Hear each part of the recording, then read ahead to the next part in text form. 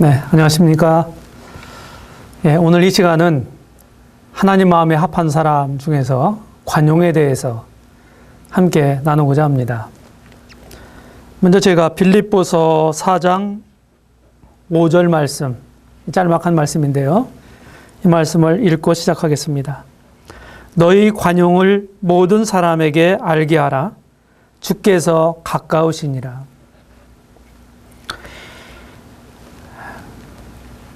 아마도 로마 옥중에 있는 사도 바울이 빌립보 교회에 편지를 쓰면서 빌립보 교회 안에 작은 불협화음이 있었던 것 같습니다. 이제 그런 상황을 인식한 바울이 지금 이 권면을 하고 있는 것입니다. 너희 관용을 모든 사람에게 알게 하라. 주께서 가까우시니라. 여기 관용이라고 하는 말이 나옵니다. 관용. 관용은 한자로 너그러울 관자, 그리고 용서할 때 용, 얼굴 용자를 쓰죠. 너그럽게 받아주는 이런 것을 의미합니다. 오늘의 이 시간에 이 주제는 하나님 말씀과 그리스도의 사랑에서 비롯된 관용은 성도 간의 화합과 사랑을 이룬다 하는 것입니다. 우리 속에는 사실 그렇게 크게 관용이 없습니다. 그래서 성경에서 가르치는 바에 의하면 하나님도 관용하신 분이고 그리스도도 관용하신 분입니다. 그리고 성도들에게, 우리들에게도 관용하라고 말씀하고 있는 것입니다. 그래서 오늘 이 말씀의 목표는 모든 믿는 사람들로 하여금 하나님 말씀 안에서 그리스도의 사랑으로 관용하는 마음과 포용하는 자세를 갖게 해서 교회의 일치를 지키고 그리고 성도의 연합을 이루도록 하는 데 있습니다. 주 예수님을 믿는 사람들이라고 한다면 너그러움이 필요합니다. 그것은 사랑이 없으면 불가능한 일이죠. 그것은 우리 각자에게 주어진 책임입니다. 참된 사랑은 악한 것을 기억하지 않는다고 사랑장에서 말씀합니다. 이 말씀은 자신에게 고통스럽게 한 일들을 헤아리지 않는다 하는 뜻입니다. 관용은 자신에 대한 게 아니라 다른 사람을 대하는 태도입니다. 윌리엄 맥도날드는 이 관용을 이렇게 정의했습니다. 다른 사람들의 실패나 흠, 다른 기질이나 능력, 다른 성격을 용인함이며 속에는 분개함이 가득 차 있는데 겉으로만 호의를 베푸는 것을 말하지 않는다 라고 말했습니다. 그래서 오늘 관용에 대해서 크게 4가지의 대지를 가지고 살펴보겠습니다. 첫 번째는 관용의 중요성에 대해서, 두 번째 관용을 하는 데 있어서 무엇을 경계해야 될 것인가를 생각해 보겠습니다. 세 번째는 그러면 관용의 범위는 어디까지냐? 뭐든지 다 우리가 받아줘야 되는 거냐? 그렇지 않다고 하는 것입니다. 네 번째는 관용의 결과에 대해서 살펴보고 오늘 함께 나누는 이 말씀을 마감하려 합니다. 첫 번째 단락에서 이 관용의 중요성을 생각해 보겠습니다. 사실은 다른 사람들에 대한 너그러움이 우리에게 없다면 아마 이전투구 현상만 우리 가운데 있게 될 것입니다. 관용이 왜 중요하냐? 그 첫 번째는 하나님이 관용하시기 때문입니다. 로마서 2장 4절에 보게 되면은 바울이 이런 말을 하죠. 내가 하나님의 인자하심이 너를 인도하여 회개케 하심을 알지 못하여 그의 인자하심과 용납하심과 길이 참으심의 풍성함을 멸시하느냐? 이렇게 말합니다. 여기에 보면 용납하신다.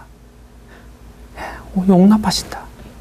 이것이 관용하신다고 하는 말씀이 되겠습니다. 뿐만 아니라 로마서 9장 22절에서 만일 하나님이 그 진노를 보이시고 그 능력을 알게 하고자 하사 멸하기로 준비된 진노의 그릇을 오래 참으심으로 관용하시고, 오래 참으심으로 하나님이 관용하셨다. 마땅히 진노 받을 사람들을 하나님이 오래 참으시면서 관용하셨다. 우리는 이런 말씀을 보면서 관용이라고 하는 이 덕목은 사실은 독립적으로 존재하는 게 아니라 여러 가지 면에서 함께 여러 가지 그리스도인들이 갖춰야 될 덕목과 서로 긴밀한 관련이 있다는 것입니다. 이를테면 사랑, 또 온유, 또 오래 참음, 인내, 이런 것들하고 긴밀한 연관이 있다는 것입니다. 우리 믿는 사람들은 하나님을 경외하는 사람들이죠. 그리고 하나님을 기쁘시게 해드리기를 원하는 사람들입니다. 하나님 뭘 기뻐하실까요? 하나님이 기뻐하시고 하나님이 뜻하시는 것은 하나님의 어떠하심과 직접적인 관련이 있습니다. 다시 말씀을 드리면 하나님의 속성, 하나님의 성품이라고 하는 그런 것과 당신의 사람들에게 원하시고 뜻하시고 요구하시는 것이 일치한다는 것입니다. 그래서 하나님이 어떤 분인가를 우리가 잘 알게 되면 우리도 어떻게 행할 바를 확실하게 알 수가 있다고 하는 것이죠. 하나님이 관용하시기 때문에 우리도 관용해야 된다. 중요하다, 관용이. 하나님이 우리에게 관용하심이 없었다고 한다면 현재 우리가 이렇게 건재할 수 있겠습니까? 그것은 도무지 불가능한 것이죠. 하나님의 오래 참으심으로 관용하셨기 때문에 멸하기로 준비된 진노의 그릇들이 지금도 이렇게 건재하고 있는 것입니다. 그 다음에 관용의 중요성 두 번째는 그리스도의 관용이 있습니다. 성경에 보게 되면 그리스도의 관용이라고 하는 말이 사용되고 있습니다.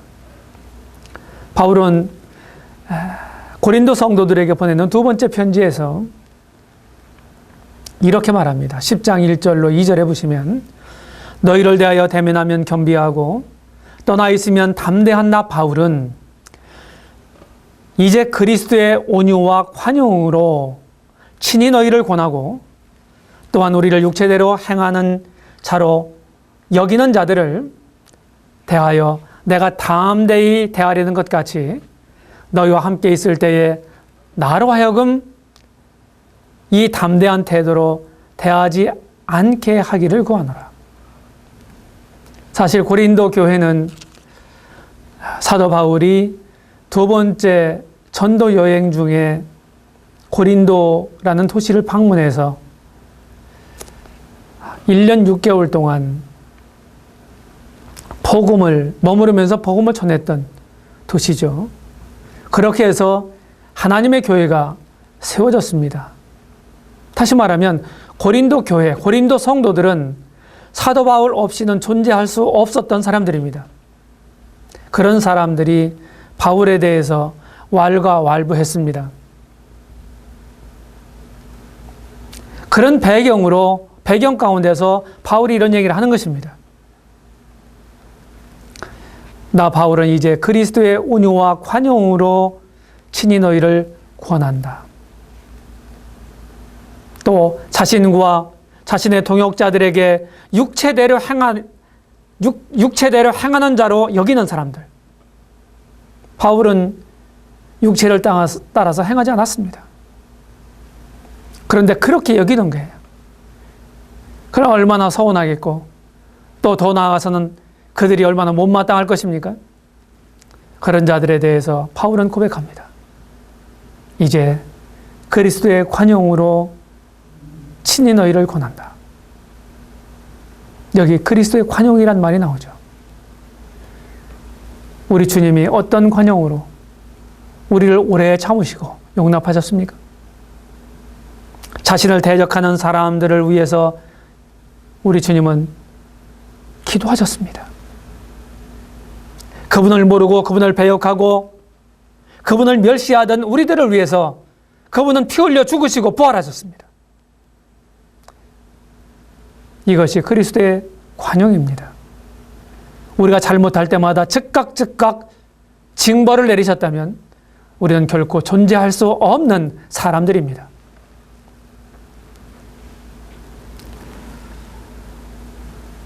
하나님께서 관용하시고 우리 주님께서 그리스도께서 관용하시고 이런 관용을 성경에서 가르치고 있기 때문에 관용은 매우 중요한 것입니다. 그리스도인들이 가져야 할 아주 중요한 덕목 중에 하나라고 하는 것입니다. 그다음 두 번째는 관용을 하는 데 있어서 경계해야 될 것이 있습니다. 우리가 관용하되 아무나 아무 것이나 관용해서는 안 된다 하는 것입니다. 첫 번째 우리가 관용해서 안 될 것이 무엇이겠습니까? 그것은 하나님 말씀에서 벗어난 것입니다. 우리가 계시록 2장에 보게 되면은 에베소 교회가 나오죠. 반모섬에 유배된 사도 요한을 통해서 교회의 주인 되시는 머리가 되시는 우리 주 예수 그리스도께서 소아시아 지역에 있었던 에베소 교회를 지금 평가하시고 권면하시고 책망하시는 것입니다. 에베소 교회는 용납하지 않았습니다. 하나님 말씀에서 벗어난 가르침들이 있었지만 그런 것들을 용납하지 않은 교회가 에베소 교회입니다. 내가 내 행위와 수고와 내 인내를 알고 또 악한 자를 용납지 아니한 것과 자칭 사도라 하되 아닌 것을 시험하여 그 거짓된 것을 내가 드러낸 것과 하는 것들을 칭찬하고 계십니다. 여기 악한 자들을 용납하지 않았다. 그리고 시험에서 거짓된 것을 드러냈다. 에베소 교회는 거짓 교사들을, 거짓 형제들을 그들이 분별해서 용납하지 않았습니다. 그래서 그들의 정통적인 교리적 정통성을 그들이 건전하게 지켜갈 수 있었어요. 그리고 거짓된 것을 드러냈다. 이게 뭡니까? 드러내기 위해서는 분별이 있어야 합니다. 바른 분별은 어디로부터 오는 것입니까? 하나님 말씀에서 오는 것입니다. 건전한 성경에서 가르치는 가르침을 먼저 알아야 그것이 기준이 되어서 잘잘못을 가릴 수가 있는 것입니다. 에베소 교회는 이와 같은 잘못된 가르침을 하는 사람들을 잘 분별하고 용납하지 않았다고 하는 거예요. 그런데 반대로 용납한 경우가 있습니다. 계시록 2장 20절에 보게 되면은 두아디라 교회가 그렇습니다. 내게 책망할 일이 있노라. 자칭 선지자라 하는 여자 이세벨을 내가 용납함이니 그가 내 종들을 가르쳐 꿰어 행음하게 하고 우상 제물을 먹게 하는도다. 거짓 자칭 선지자라는 여자 이세벨을 용납했다.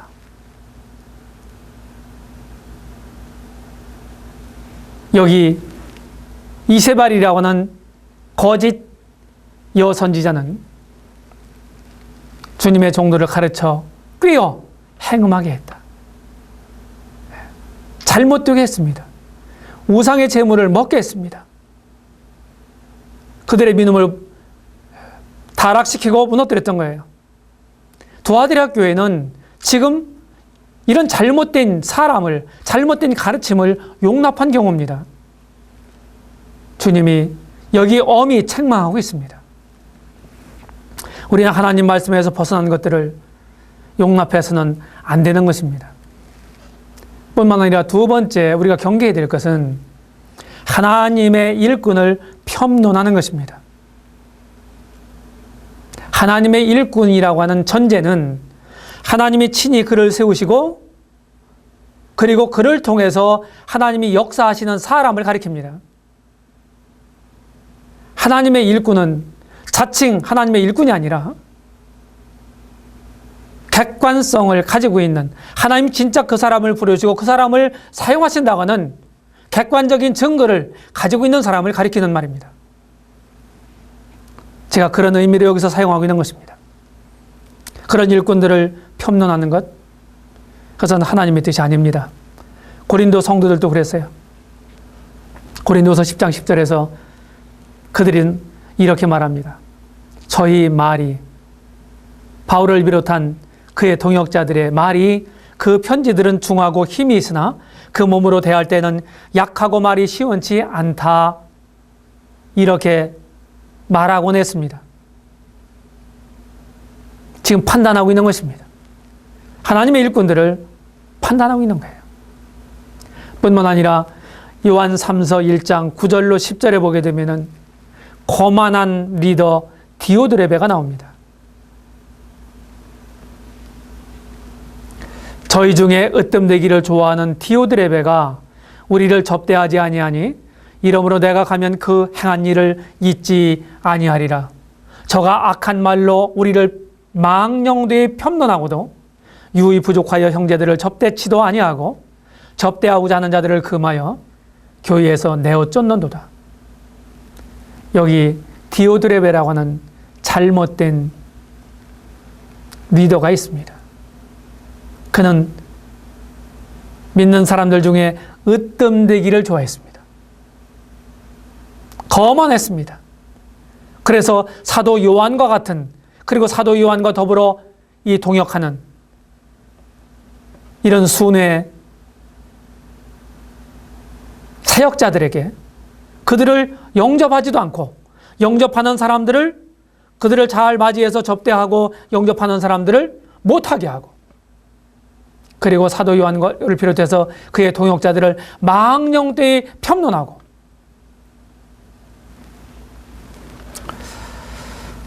이런 아주 형편없는 사람이었습니다. 이런 사람들을 우리가 관용해서는 안 된다고 하는 것입니다. 그런 사람들을, 하나님이 기뻐하시지 않는 일을 관용한다는 것은 하나님 뜻과 반하는 일입니다.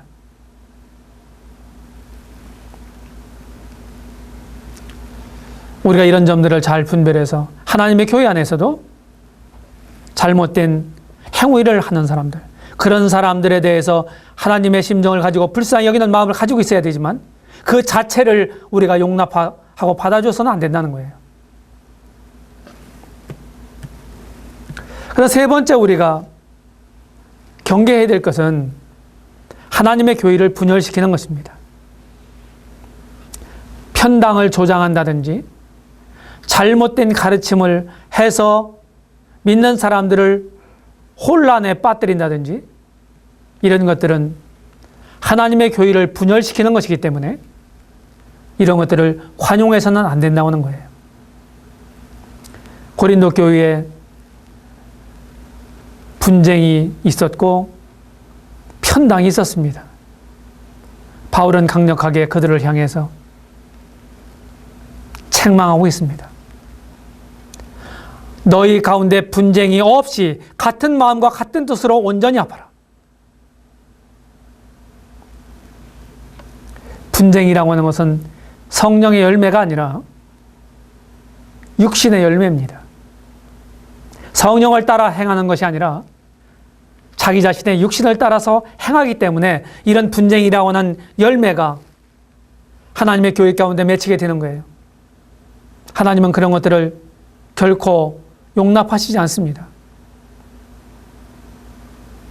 그런데 우리 가운데 이런 것들이 얼마나, 이런 현상들이 많이 있습니까? 뿐만 아니라 잘못된 가르침으로 인해서 하나님의 교회를 분열시키는 일입니다. 갈라디아서에 보게 되면은 다른 복음을 가르치는, 전하는 사람들이 있었습니다. 그들을 사도 바울은 염두에 두고 다른 복음은 없나니 다만 어떤 사람들이 너희를 요란케 하여 그리스도의 복음을 변하려 함이라. 다른 복음에 대해서 말하고 있습니다. 사실은 우리는요, 복음을 어떻게 잘 전할 것인가 하는 것을 생각할 때마다 항상 전도하는 테크닉에 대해서만 염두에 둡니다. 물론 그것도 중요합니다만 그것보다 더 중요한 게 뭐냐면 복음의 내용, 복음의 본질입니다. 전도의 테크닉이 있어서 잘 전한다 할지라도 그 복음이 성경하고 맞지 않는 복음이라면, 내용이 다른 복음이라고 한다면 그것은 하나님이 결코 기뻐하시는 것이 아닙니다. 하나님을 대적하는 것이고 참된 복음을 이루신 우리 주 예수 그리스도를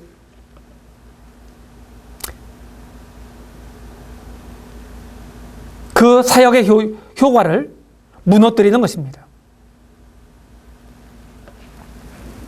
이런 점들을 우리가 꼭 기억할 필요가 있습니다. 하나님의 교회 안에서, 한 개교회 안에서, 지역교회 안에서 가르침이 다르다고 한다면,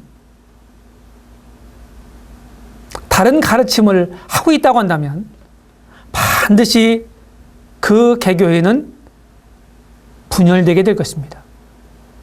왜냐하면 우리는 가르침을 따라서 사는 사람들이기 때문이죠. 그 다음에 이제 세 번째 단락으로 우리가 관용의 범위를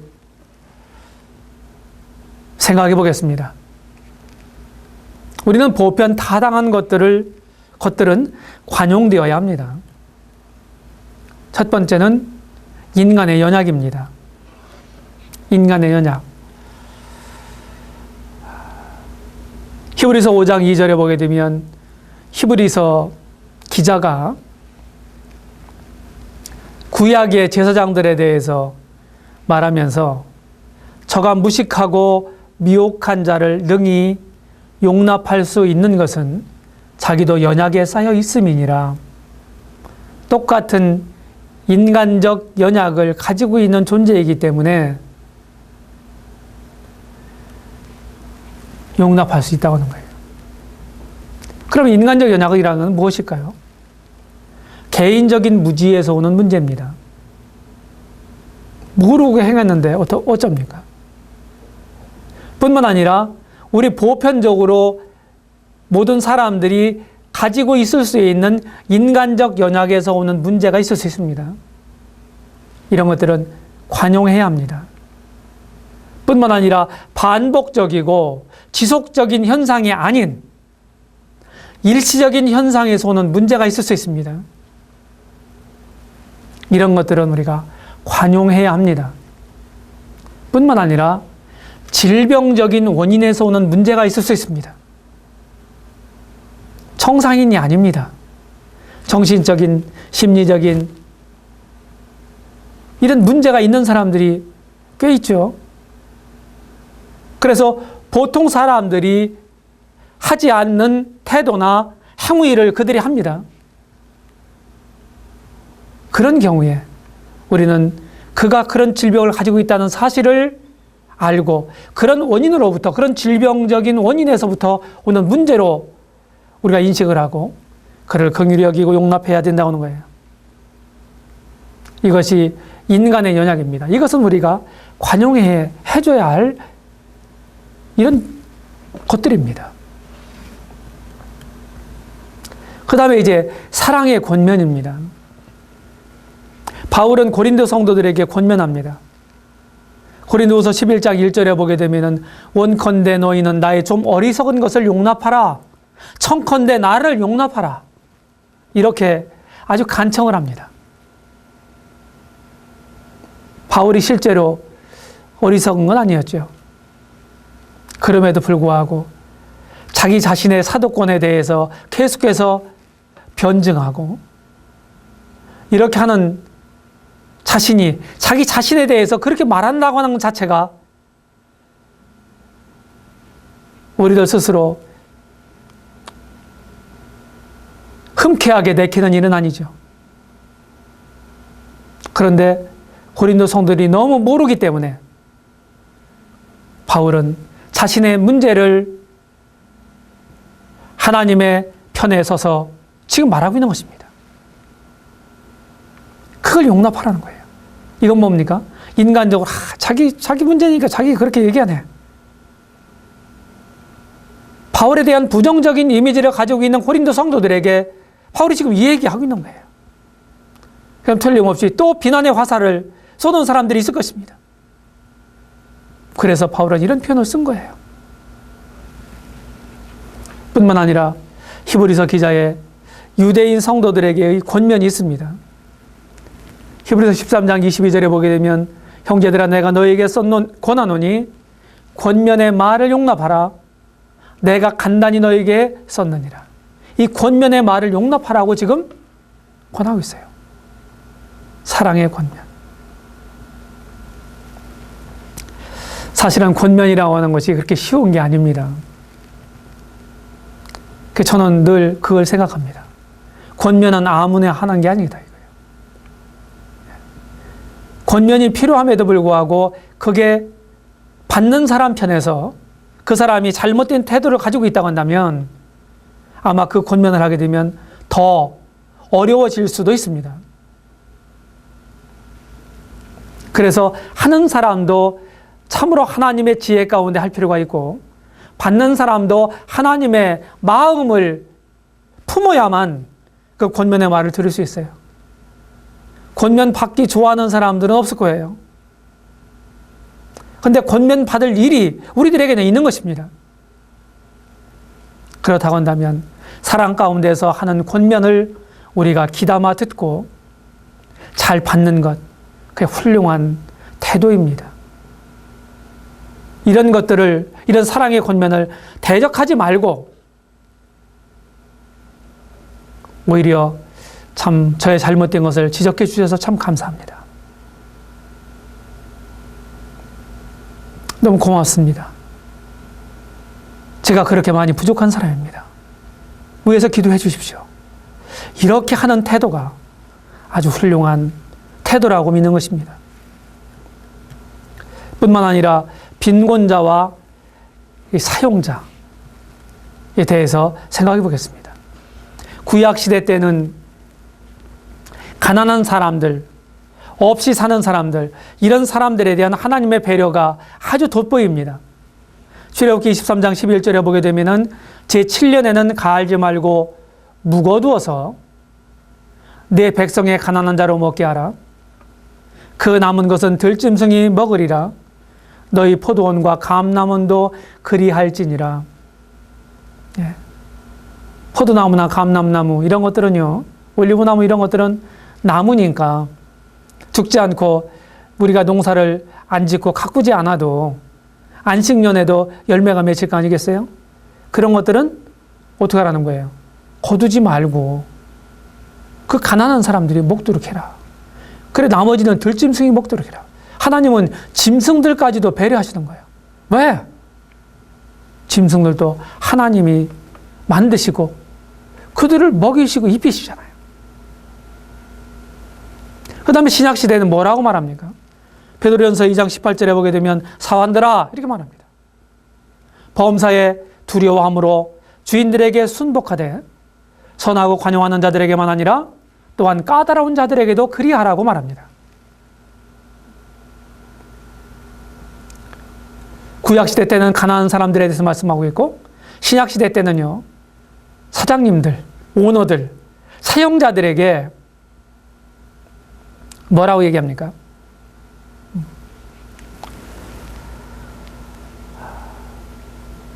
그런 사람들에 대해서 이제 직원들이 까다로운 사람들에게도 용납하라. 그 사람들을 사용자들이 선하고 관용하는 사람들 뿐만 아니라 까다로운 사람들 그렇게 해라. 이렇게 권면하고 있는 거예요. 사용자들은 까다롭게 하는 것 별로 안 좋겠죠. 사장님들이 그냥 까실까실한 사람들, 이런 분들은 아마도 그 직원들이 많이 어렵겠죠. 여기 선하고 관용하는 오너들, 이런 사람들이 되어야 합니다. 그렇지 않은 사람들에게도 우리도 직원들은, 그리스도인 직원들은 잘하라고 하는 것입니다. 다시 말하면 관용하라는 거예요. 그래서 마지막 단락, 관용의 결과를 보겠습니다. 관용은 하나됨과 이 연합의 근간이 됩니다.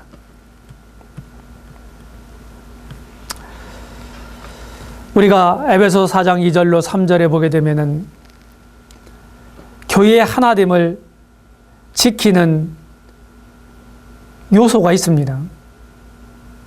우리가 이미 살펴본 것처럼 겸손이 있고 온유가 있고 오래 참음, 인내가 있습니다. 또 한 가지가 뭐냐면 사랑 가운데서 용납하는 것입니다. 사랑 가운데 용납하는 게 뭘까요? 우리가 지금 살펴보는 관용이라고 하는 것입니다. 모든 겸손과 온유로 하고 오래 참음으로 사랑 가운데 서로 용납하고 평안에 매는 줄로 성령의 하나 되게 하신 것을 힘써 지키라고 말하고 있는 것입니다. 교회는 하나입니다. 하나된, 하나님의 하나 되게 한 이 교회를 분열시키는 것은 그건 하나님의 일이 아닙니다. 늘 사람들이 그렇게 해왔습니다. 분열됨으로써 더 복음의 진보를 이뤘다 하는 핑계로 그것을 정당화하는데 그렇지 않습니다. 성경 뭐라고 얘기합니까? 하나 되게 하신 것을 힘써 지켜라. 우리 개교의적으로도 이 말씀이 적용될 뿐만 아니라 범기독교 안에서도 이 말씀을 우리가 적용해야 합니다.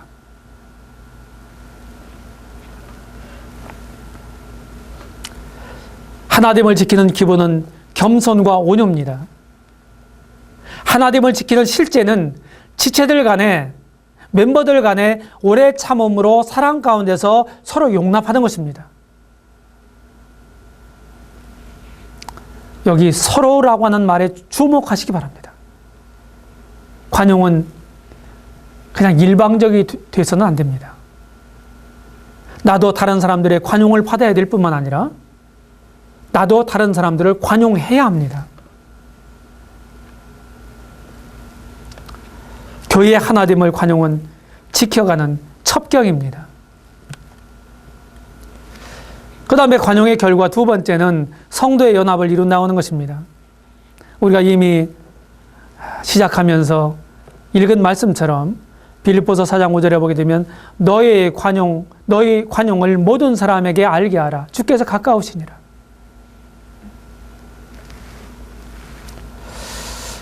여기 보게 되면 순두개와 유오디아라고 하는 자매들이 있었던 것 같아요. 서로 아마 이제 좀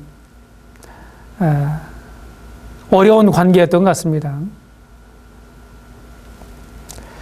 이제 그들을 향해서 바울은 이렇게 권면하고 있는 거예요. 실제로 우리 보편적인 이 말씀에 대한 분별이 그렇다고 맞는다고 한다면 유오디아와 순두개라고 하는 자매의 관계가 불편한 관계였었다고 한다면 그들은 서로 용납해야 했습니다. 서로 기뻐하면서 관용을 나타내라고 지금 권하고 있는 것입니다. 성도의 연합을 이루는 거예요. 여기에 꼭 관용이 필요한 것입니다. 다른 사람들을 받아주지 못한다고 한다면 어떻게 성도의 연합을 이룰 수 있겠습니까?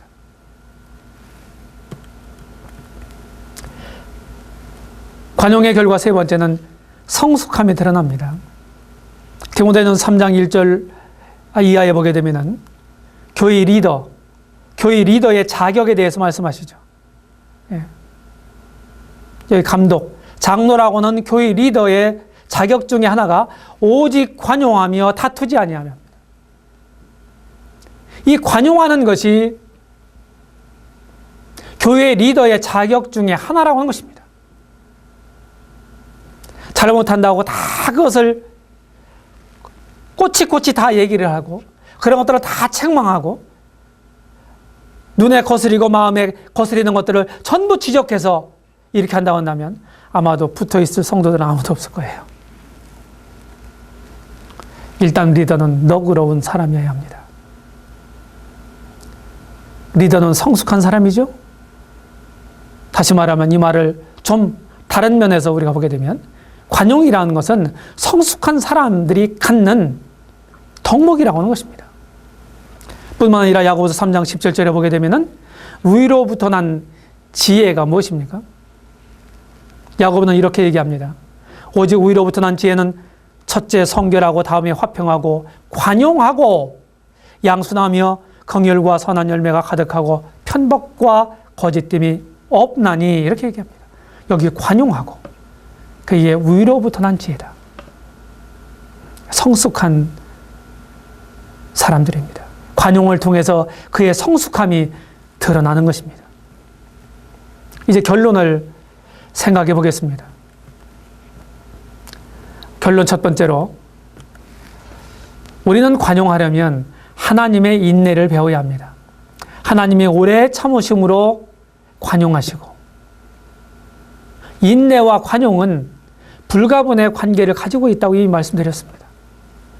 죄인을 참으시고 자신을 거역하는 자들에 대한 인내하시는 하나님을 우리는 기억해야 합니다. 나에 대해서 오래 참아주신 하나님, 그런 하나님을 생각하면서 우리를 한번 생각해 보면 좋겠습니다. 나 자신을 생각해 보면 좋겠습니다. 나는 다른 사람들에 대해 얼마나 인내하고 있습니까? 나는 얼마나 더 온전하기까지 기다려주고 있습니까? 어떤 분들은 자기 눈에 거스린다고 저렇게 하면 안 되지 해서 새 신자가 많이 부족하죠. 그는 열심을 가지고 하는데 영 마음이 안 드는 거예요. 오래된 분이 보기에. 그래서 바로 가서 권면을 합니다. 그러면 그 새 신자는 어떻겠습니까? 열정이 사그라지는 것입니다. 아, 내가 이렇게 하면 안 되겠구나. 가만히 있는 게 상책이구나. 이렇게 생각하고 그가 그런 모든 열심이 사라지게 될 것이에요. 그건 방법이 아닙니다. 그 다음에 결론 두 번째로 우리는 관용하려면 그리스도의 온유를 배워야 합니다. 그리스도의 온유와 관용으로 너희를 권한다. 바울이 고린도 성도들에 대해서 그렇게 썼습니다. 그리스도는 우리의 최선이 되시죠. 그분은 우리의 최고의 목표가 되십니다. 우리 주님은 친히 말씀하시기를 나는 마음이 온유하고 겸손하니 나의 멍에를 메고 내게 배우라고 말씀하십니다. 여러분은 주님을 힘써 배우고 계십니까? 여러분들이 참으로 그리스도인들이 갖춰야 될 관용이라는 덕목을 갖기를 원한다고 한다면 주님을 힘써 배우셔야 하는 것입니다. 여러분들은 온 마음을 다해서 그분을 추구하고 계신가요? 관용이란 덕목은 저절로 우리에게 오지 않습니다. 우리는 이 관용이란 사실을 생각해 보았습니다. 관용 세 번째는 우리 자신에게 철저하고 타인에게는 관대해야 한다. 저는 신앙생활을 비교적 오랫동안 해오면서 배운 게 있습니다. 자신에게는 철저해야 되고 다른 사람들에게는 좀 너그러울 필요가 있다. 그런데 많은 사람들은 자신의 티끌은 보고 타인의 티끌은 보고 자신의 덜부는 보지 못합니다. 다른 사람들의 허물은 쉽게 나무라고 비판하지만 자신의 허물이나 연약은 핑계하고 너무나 관대합니다. 이게 우리의 모순일 수 있습니다. 나는 얼마나 자신의 허물을 인정하고 있습니까? 나는 얼마나 타인을 관용하고 있습니까? 내 허물을 솔직하게 인정하고 다른 사람들의 허물을 우리가 덮어주는, 관용하는 이런 태도가 주님 앞에서 성숙한 사람입니다. 이 귀한 관용이란 덕목이 여러분들의 인격과 삶 속에 있게 되기를 바랍니다. 감사합니다.